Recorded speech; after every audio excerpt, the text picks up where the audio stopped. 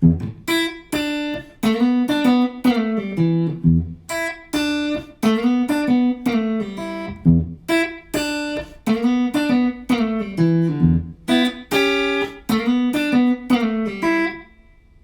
to my lesson on one of my favorite Howlin Wolf riffs, which is Smokestack Lightning.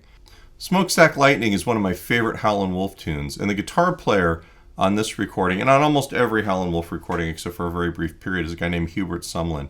He's probably one of the best guitar players that we didn't hear sing on albums. I think there's maybe one or two vocal recordings from him, but basically he was the sound of Howlin Wolf for most of his career. For a very brief period of time, he also played with Muddy Waters, I think. But it's Hubert Sumlin's guitar parts that we're actually learning, not Howlin Wolf's, just to kind of clarify that. If I remember correctly, Hubert only plays with his fingers. He doesn't play with a pick. So we'll talk a little bit about doing that, and then I'll show you how I would normally do it, which is hybrid picking, with the pick in these two fingers, and then usually one of my other fingers hitting the extra notes. We're also going to do a couple variations on this. One of them that I like to do is to keep a continuous bass line on the low E string all the way through there. So we're going to learn how to do that. He plays it a couple different ways in the recording, so we'll learn a couple variations, and then we'll also do some of those with the continuous bass line. I don't have a recording of the song in this video. I'm trying to steer clear of copyright issues. But if you look below, there'll be a link to the original recording that I actually stole these licks off of, and you can take a listen to how Hubert and Howlin Wolf do it, and then come back here and I'll show you how. There's also going to be a link below for a PDF. All of the tab that you see on the screen here can be downloaded from my website for free. So look down there, and then there's also links to other lessons and backing tracks and all kinds of other stuff. If you like this lesson and would like to support the channel, please do what everybody asks you to do, which is subscribe to the channel, hit the notification bell, give us a thumbs up on the video, maybe leave a comment if there's other licks or ideas that you'd like to see us work on here. If you'd like a free ebook version of my blues guitar book, Expanded Blues Guitar, please sign up for our mailing list. There's a link down below. If you sign up for the mailing list in the return or confirmation email, there's a link you can download a PDF version of the instructional part of Expanded Blues Guitar. The only thing missing is the album transcription, which wouldn't all fit. But you can get that for free, and it's got stuff on feels and scales and chord progressions and all of the basic structure and fundamental stuff for playing blues. One other thing that we're doing is we're starting to put together backing track collections that you can practice with, where perhaps it's a feel. Like this week we did a blues rumba feel, almost like Albert King's Crosscut Saw, but in all 12 keys, so it doesn't matter what key you need to practice in, you can do it there. We have a bunch of those. For right now, they're not for sale, they're just here on YouTube. Eventually we may actually release them as inexpensive downloads for you guys to buy if you want to use them on your own devices at home. But keep an eye out for that stuff. We got more lessons, gear demos, and I guess let's get to it. Let's take a look at the most basic version of this. This is based out of the E minor pentatonic scale, so let's go through that real quick just so you see where the notes are. E, G, A, B, D, E, G, A, B, D, E, and then G. At one point, we actually hit the C sharp in there as well, but that's actually not part of the scale. So this one, I'm going to play without using a pick, and I'm just using my fingers as I would imagine Hubert Sumlin would do. Bass note on the low E string, and then open E string, third fret on the second string. Now I'm going to use my second finger to slide from 2 to 4. So I have my first finger on the second string on the third fret. And then I can slide back down. I like using my second finger when I'm playing the open position because it's a lot more strength, but it also makes a lot more sense when I'm playing other scale things or if I'm trying to solo in the open position.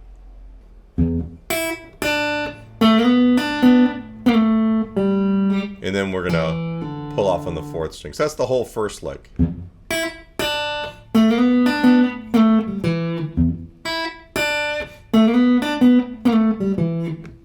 The first variation, he's actually, instead of hitting the third fret on the second string, he's hitting the third fret on the first string, which also happens to be the minor third of E, right? And on this note, with a lot of blues stuff, we like to actually take that note and give it a little tweak. We're not bending it in tune, but we're going to give it a small tweak between the minor and major thirds. It sounds a little sassier that way.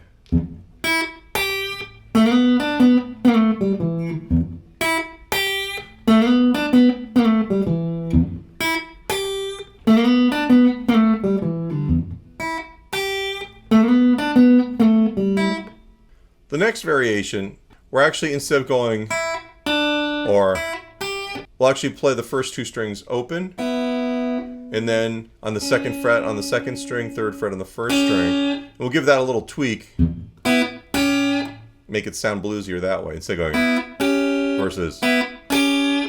It's almost imperceptible, but you feel it. It really is something that makes a difference when you're trying to sound bluesy like this.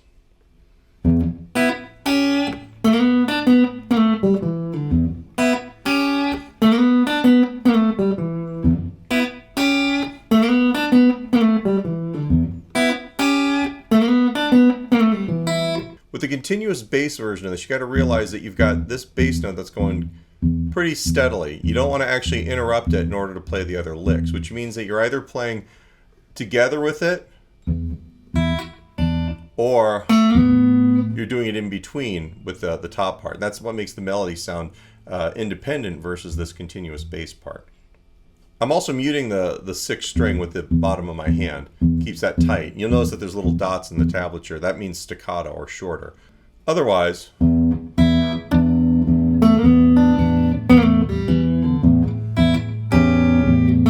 it's just kind of a sonic mess. This actually, that gives us a feeling that there's two guitar parts going on right there. There's a little bit of separation because one of them is tight and then the lower register. And then we're able to actually keep the top part loose and consistent and flowing. Keep in mind that this is in cut time, or there's 2 beats to the measure. Each beat is a half note, which means that the quarter notes written there are actually half a beat each. So think 1, 2, 1, 2, 1, 2, 1, 2. So let's start by working this out. We've got our bass note on beat 1, and on beat 2 we're hitting the bass note and the first string together. Beat 3, it's the bass note and the third fret on the second string. So those 1, 2, 3, that's the easy part. Now on the fourth beat, you gotta bring your second finger back here to the second fret on the third string. We're gonna hit the bass note on 4, or on the end of 2 actually. And then we're going to hit this note here, the second fret on the third string, and then slide it when we hit the next bass note on the downbeat of the next bar. So go. Alright, and because we're using the second finger here, that automatically places our first finger on the third fret on the second string.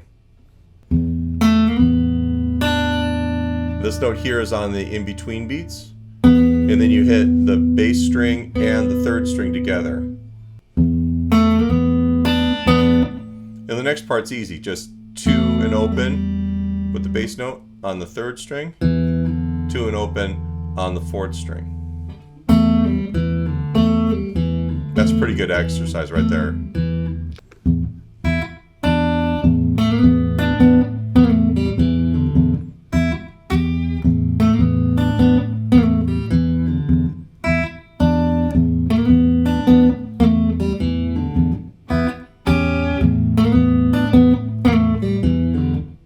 So right there, I just worked through all of the variations of the top part, where I'm playing that note up there, or those guys there, when I'm playing the double stops. And the mechanics of the right hander are all the same, unless you're playing the 2 notes at the same time. And that's just one of those things you'll have to sit down and kind of work out. Everybody plays those differently. Same with